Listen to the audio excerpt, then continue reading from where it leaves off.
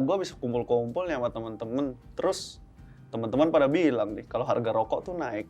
Bener nggak sih? Yuk kita tanyain aja sama ahlinya. Ini Kak Jennifer. Halo. Jadi Cuan Troopers, kita akan membahas yang namanya rokok. Nah, menurut Kak Jennifer sendiri, bener nggak sih harga rokok itu naik?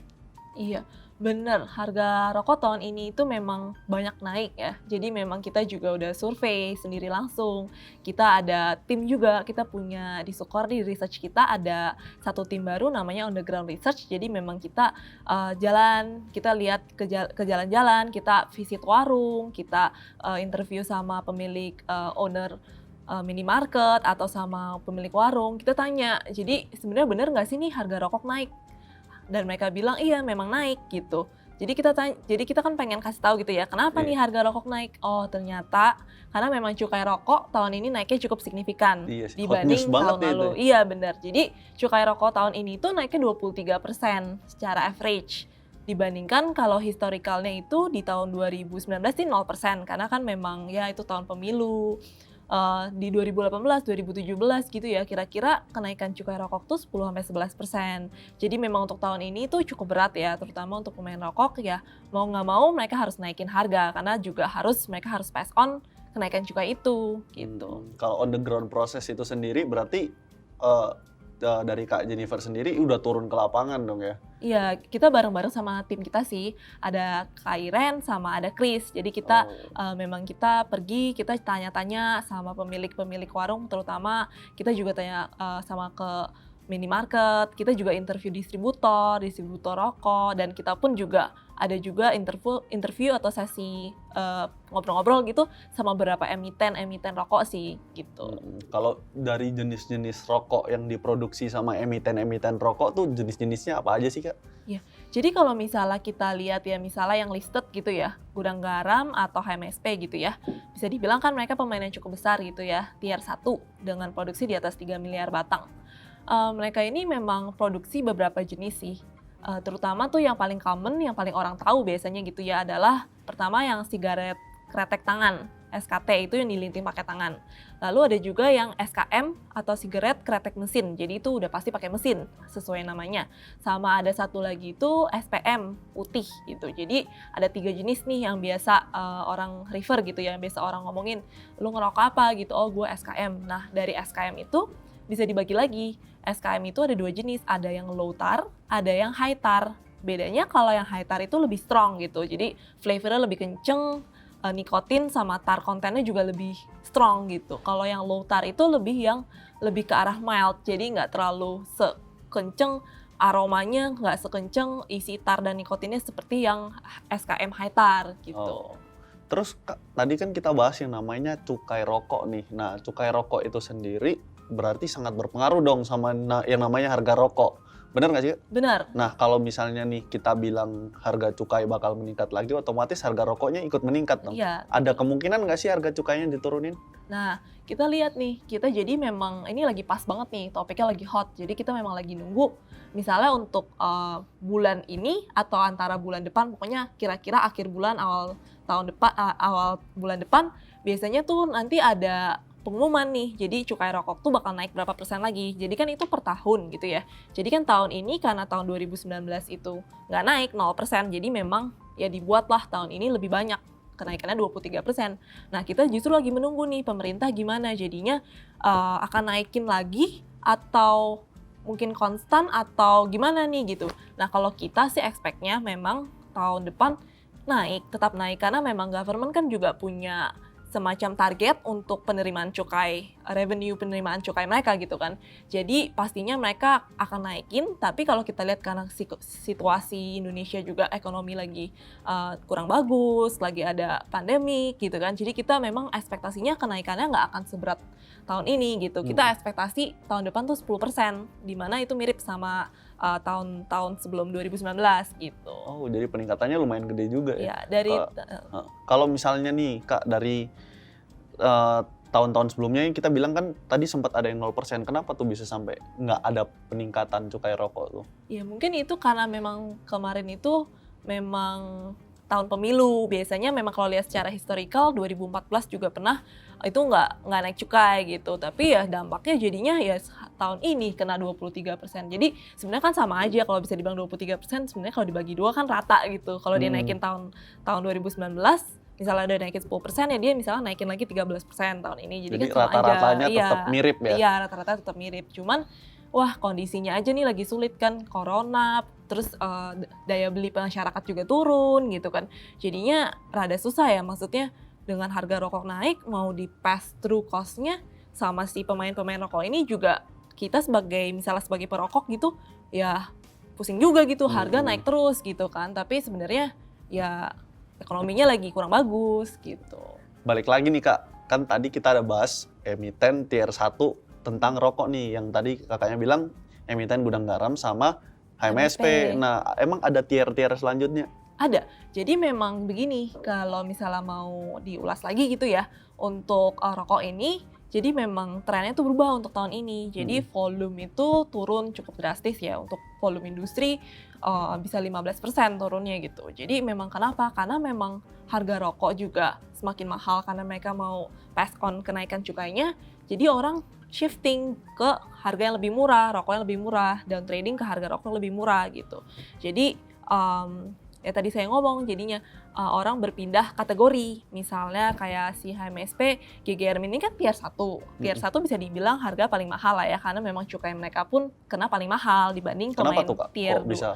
Karena karena pemerintah lihat dari jumlah produksi gitu. Jadi memang yang tier 2 sama tier 1 ini beda di jumlah produksinya? Iya, beda di jumlah produksi karena memang tier 1 juga lebih tinggi jumlah produksinya. Jadi memang cukai mereka itu juga di charge-nya lebih tinggi sama pemerintah. Jadi makanya ada trennya orang-orang sekarang pindah gitu. Jadi dari tier 1 mereka turun ngerokok yang rokok-rokok dari tier 2 gitu. Nah, kalau perusahaan di tier 2 sendiri emiten-emitennya tuh apa aja sih? Yang kalau misalnya yang lumayan lagi orang liatin gitu ya, kalau misal orang-orang lihat wah ternyata performance lumayan bagus tuh salah satunya Wismilak sih gitu ya. Wismilak lumayan oke, finansialnya kemarin cukup oke karena memang mereka ya kalau misalnya kita interview kayak kemarin kita kan underground research, kita tanya-tanya sama distributor, memang ada beberapa pemain tier 2 yang mengambil pangsa pasarnya tier 1 gitu. Jadi dengan rokok yang mungkin taste-nya kurang lebih mirip tapi harganya lebih murah, jadi ya otomatis para perokok pindah karena ya kenapa gitu kan, kenapa nggak saya pindah aja kalau harganya lebih murah gitu. Kalau dari pendapatannya emitennya sendiri gimana nih Kak? Kalau misalnya dari yang tier 1 nih kena pandemi apakah turun drastis, apa yang tier 2 tuh turun drastis juga, apa gimana nih? Justru kalau yang tier 2 ini paksa pasar naik, revenue mereka juga cukup oke gitu, ada kenaikan. Tapi kalau misalnya yang tier 1, kayak kemarin Gudang Garam, HMSP, ya memang agak melemah revenue-nya gitu. Karena kan memang volume mereka secara overall juga turun ya gitu. Kalau misalnya nih, saya bilang nih, bukan ngomong kasar sih, tapi dari tier 1 jumlah produksi kan di masa pandemi ini menurun otomatis. Nah, sampai di titik berapa sih sampai bisa dibilang perusahaan HMSP itu menjadi tier 2 nih? Oh, biasa mereka lumayan tinggi sih gap-nya. Jadi nggak langsung kayak wah gara-gara volume turun mereka langsung pindah tier gitu, nggak.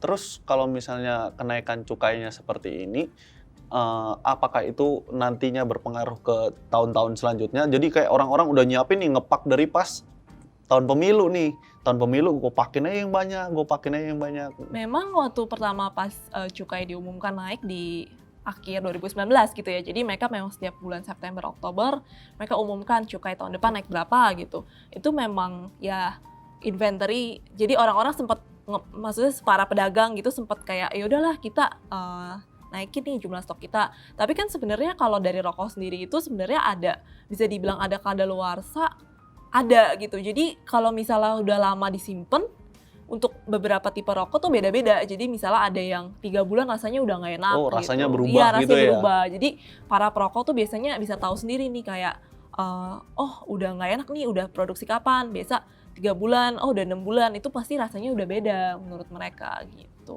Kalau misalnya dari tahun ini sendiri, emang harga jual rokok ini masih mungkin meningkat atau enggak sih? Nah, kalau misalnya untuk ini, mungkin harus tahu dulu nih yang namanya harga jual eceran.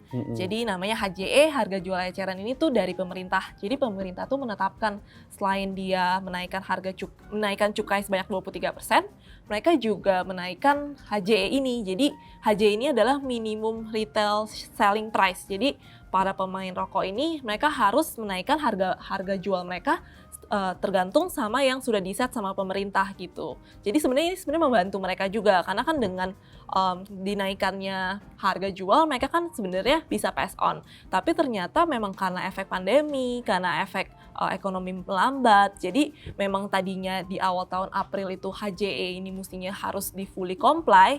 Jadi banyak yang nggak fully comply karena mereka saling lihat-lihatan gitu. Maksudnya fully comply ini berarti masih bisa melakukan peningkatan harga HJE-nya itu sendiri? Jadi mereka harus patuh gitu kan, tapi ternyata nggak segampang itu karena kan mereka harus audit. Jadi perusahaan apa yang udah naikin harga rokok, udah mencapai belum nih harga jual eceran yang ditargetkan pemerintah.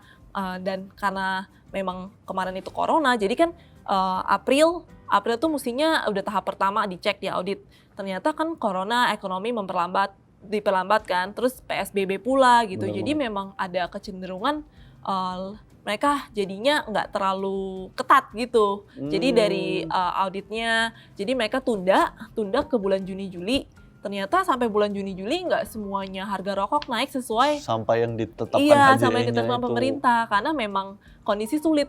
Kalau mereka serba salah, mereka mau naikin harga ketinggian, volume mereka juga turun. Jadi makanya kemarin kebanyakan pemain-pemain rokok sih masih wait and see. Jadi masih lihat kompetitor mereka gimana. Kalau yang kita pelajarin sih memang HMSP kemarin yang lebih agresif buat naikin harga rokok. Ya udah, jadi udah dinaikin aja gitu. Jadi dia memang dari 2019 itu udah paling cepet deh naikin harga rokoknya. Makanya kemarin kelihatan volume dia pun jatuhnya lebih lebih dalam daripada si GGRM. Nah, kalau misalnya harga jual ini berarti diberi semacam tenggat waktu gitu ya buat dipenuhin ke emiten-emiten yang punya rokok ini sendiri. Nah, kalau misalnya dari emiten rokok ini nggak mematuhi, emang ada sesuatu yang dilanggar, ada sesuatu yang dikenakan denda atau something gitu? Sebenarnya sih kalau misalnya mau dibilang secara overall denda sebenarnya nggak ada ya, karena kita juga maksudnya gini, jadi kayak tadi Victor nanya kan, jadi gimana nih bisa nggak mereka naikin harga rokok lagi sampai tahun depan? Nah itu justru kemungkinannya itu adalah dari sekarang. Karena kenapa? Karena mereka mau nggak mau harus naikin, apalagi nanti kalau misalnya mereka tahu tahun depan ternyata cukai rokok naik juga. Berarti kan mereka harus cepet, karena pasti kalau cukai rokok naik kan harga jualnya naik lagi. Jadi kan mau nggak mau mereka harus dengan sendirinya terpaksa untuk menaikkan gitu kan. Iya, bertahap. Jadi memang kita kan punya berapa bulan lagi nih sampai akhir tahun. Jadi ya kalau aku rasa sih pasti kemungkinan pelan-pelan nih sampai akhir tahun ini harga jual rokok, ini harga rokok tetap akan naik. Meskipun ya mungkin naiknya pelan-pelan gitu ya, nggak langsung misal dalam sebulan langsung 5% atau 10% gitu, enggak. Cuman ini mereka pasti punya waktu. Serem sih kalau kayak gitu. Perokok pada berhenti tuh ntar kalau kayak gitu. Kalau misalnya dari, mungkin saya bahas lebih ke emitennya ya sekarang ya. Kalau dari emitennya sendiri tuh sebenarnya cukai itu berpengaruh seberapa banyak sih dari pendapatan perusahaan? Nah, cukai rokok itu adalah bukan salah satu lagi malah, yang paling besar cost untuk para pemain rokok ini. Jadi memang itu sangat berpengaruh, itu bisa untuk mereka punya COGS atau cost of goods sold itu bisa 60-70%. Jadi cukup signifikan. Semacam kalau misalnya teman-teman cuan trooper pada nggak tahu nih, COGS itu apa nih Kak? Iya, COGS itu adalah semacam, jadi kan ada pendapatan. Nah, setelah pendapatan itu kan ada cost of goods sold. Jadi itu adalah rata-rata mungkin saya ini harga pokok penjualan. Harga pokok penjualan, iya. Jadi harga pokok penjualan dari atas gitu ya, belum dipotong sama yang operating expense, yang expense lain, yang beban lain, ya seperti itu. Benar, Indonesianya seperti itu. Iya, benar. Terus asumsi nih, kalau misalnya cukai dinaikin lagi nih, asumsi di tahun 2021 tuh porsi bea cukai cukai rokok ini di dalam pendapatannya emiten tuh seperti apa sih? Ya kalau misalnya tergantung nih, kalau misalnya tahun depan naiknya 10%, ya mestinya lebih oke ya, lebih positif buat mereka. Jadi kan mungkin dari segi pendapatan juga akan lebih baik karena kan berarti cukainya juga nggak naik banyak. Jadi dari pendapatan pun bisa at least mereka naik pendapatannya gitu ya. Kalau misalnya kalau kita lihat cukai rokok sih kalau 60-70% itu kan dibanding sama revenue-nya. Jadi kurang lebih bakal memang sekitar itu. Tapi mainnya ya dilihat revenue-nya berapa aja. Kalau revenue-nya naik kan ya berarti kan ada perubahan juga gitu. Kalau revenue turun pun ada perubahan. Tapi sama-sama kira-kira kurang lebih sih tetap 60-70% gitu. Itu dari yang Dari selain harga, COGS itu iya. tadi. Iya. Nah, nih Kak Jennifer, menurut Kak Jennifer sendiri kan dari pemerintah sendiri kan menerima yang namanya cukai rokok nih. Nah, cukai rokok itu diterima oleh pemerintah tuh berapa sih setiap tahunnya? Iya, jadi memang pemerintah kan memang mentargetkan, jadi setiap tahunnya dia dapat penerimaan lah, dapat revenue gitu ya dari cukai rokok ini gitu. Nggak cuman, jadi sebenarnya ini cukai as a whole, ada cukai rokok, ada cukai alkohol gitu. Tapi memang cukai rokok kan seperti yang kita tahu itu yang paling besar komponennya, bisa 90%. Nah, memang kenapa asumsi aku tadi tahun depan dia nggak akan naikin, pemerintah nggak akan naikin sampai 23% kayak tahun ini gitu ya. Sedangkan asumsi aku tadi 10% gitu, sama seperti historical sebelumnya di 2018-2017. Karena memang aku lihat nih dari pemerintah punya target penerimaan dari cukai rokok untuk tahun depan. Yang menurut aku kenaikannya itu masih cukup masuk akal dan masih moderat. Jadi kalau misalnya kita lihat itu, mereka naikinnya targetnya itu 4,8% ke 173 triliun gitu. Jadi menurut aku, kalau misalnya target mereka pun masih segitu, masih moderat, kemungkinan juga nggak akan naik sampai cukai rokoknya sendiri yang dibebankan kepada pemain rokok maupun kepada perokok. Itu kayaknya nggak akan mungkin sampai 23% lagi kayak tahun ini gitu. Jadi tahun ini tuh merupakan peningkatan yang tinggi. Nah, asumsi buat tahun depan nih penerimaan pajak dari cukai rokok tuh berapa sih? Iya, yang tadi ya Yang udah tadi 173 triliun. Banyak juga ya berarti. Kalau misalnya untuk kan Kak Jennifer nih dari Super Sekuritas ya, yang di research, yang di cover oleh research dari Super Sekuritas tuh emiten-emiten yang mana aja sih? Kalau misalnya dari kita, kalau misalnya emiten rokok, kita ada cover yang pemain besar sih, yang listed udah pastinya ya. HMSP, GGRM gitu. HMSP sama GGRM ini yang bisa dibilang dua pemain terbesar lah ya. Setelah itu ada Jarum juga, tapi Jarum kan nggak listed gitu. Private, Iya. Kalau misalnya nih tips-tips buat teman-teman yang mau memilih emiten rokok nih, gimana sih cara lihatnya, terus apa yang perusahaan mana nih yang cocok buat mereka tuh yang gimana tuh? Nah, kalau misalnya memang situasi ekonomi lagi seperti ini, karena kita juga tahu perokok-perokok ini shifting ya ke rokok yang lebih murah gitu ya.